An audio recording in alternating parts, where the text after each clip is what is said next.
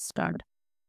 सध्याच्या शहरी जीवनाचे अविभाज्य अंग झालेल्या मॉल्सचा चकचकाट फार काळ टिकून राहील असे सकृतदर्शनी दिसत नाही. मुंबईत रिटेल उद्योगावर झालेल्या विपणन तज्ज्ञांच्या एका चर्चासत्रात मॉल्सनी आपल्यात बदल न केल्यास काही वर्षातच 50% मॉल्सना टाळे लावावे लागेल असा गंभीर इशारा देण्यात आला आहे. परिच्छेद. खरे तर आतापासूनच अनेक मॉल्समधील प्रमुख विक्रेते मालाचा खप घटत चालल्याची तक्रार करू लागले आहेत. त्यामुळे आताच ही धोक्याची घंटा वाजू लागली आहे असे म्हणावयास हरकत नाही. गेल्या काही वर्षात असे दिसून येते की सर्व जीवनावश्यक वस्तूपासून चैनीच्या वस्तूपर्यंत कशाचीही खरेदी करावयाची झाल्यास शहरी ग्राहकांचे पाय मॉल्सच्याच दिशेने वळतात.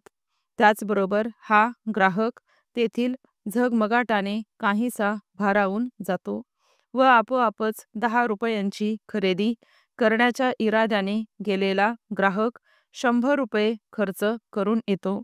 अशा प्रकारे आपल्याकडे मॉल संस्कृती बऱ्यापैकी रुजू लागलेली असतानाच विपणन सल्लागारांनी दिलेला हा इशारा महत्त्वाचा ठरतो. परिच्छेद.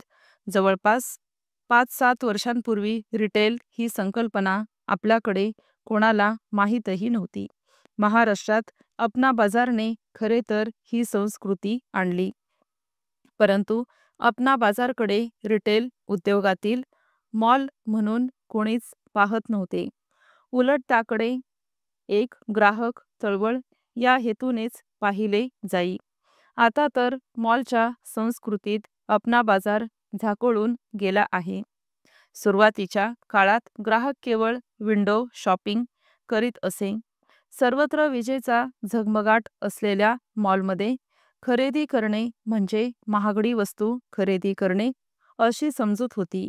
परंतु या त्याच्या समजुतीला हळूहळू छेद जाऊ लागला. मॉलमध्ये खरेदी करणे म्हणजे बाहेरच्या बाजारापेक्षा चांगल्या दर्जाची वस्तू मिळवून व कमी किंमत मोजणे हे त्याला पटले आणि यातूनच मॉल संस्कृती रुजू लागली, वाढू लागली, फोफावू लागली. आता तर देशातला प्रत्येक आघाडीचा उद्योगसमूह या रिटेल क्षेत्रात आपली मोहोर उमटविण्यास सज्ज झाला आहे. यातूनच मॉल्समधील स्पर्धा वाढत जात आहे. मॉल्सच्या उभारणीसाठी लागणारी मोठी इमारत, भांडवल, गुंतवणूक, विजेचा झगमगाट, जाहिराती, प्रसिद्धी व कर्मचाऱ्यांवरील प्रशासकीय खर्च, त्यांच्या इतर सुविधा, गरजा यांचा मेळ घालणे दिवसेंदिवस मॉल्सना कठीण जात आहे. परिच्छेद. भविष्यात रिटेल उद्योगात निवडक कंपन्या राहतील आणि हा उद्योग काही मोजक्या उद्योगसमूहाच्या हातात राहण्याच्या दृष्टीने पावले पडतील.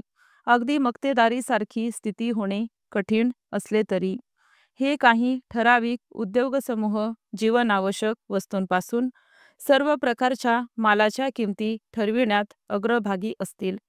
मोठ्या शहरातील महानगरात व उपमहानगरात या मॉल्सनी मोक्याच्या जागा मिळविण्यासाठी वाटेल तेवढे पैसे मोजण्यास सुरुवात केली आहे. त्यामुळे त्याचा परिणाम म्हणून मोठ्या शहरातील जागांच्या किमती वाजवीपेक्षा जास्त भडकतात व मॉल्सच्या आजूबाजूच्या परिसरातील निवासी प्रकल्पातील सदनिकांच्या किमती देखील वाढतात. हे वास्तव नाकारता येत नाही. स्टॉप.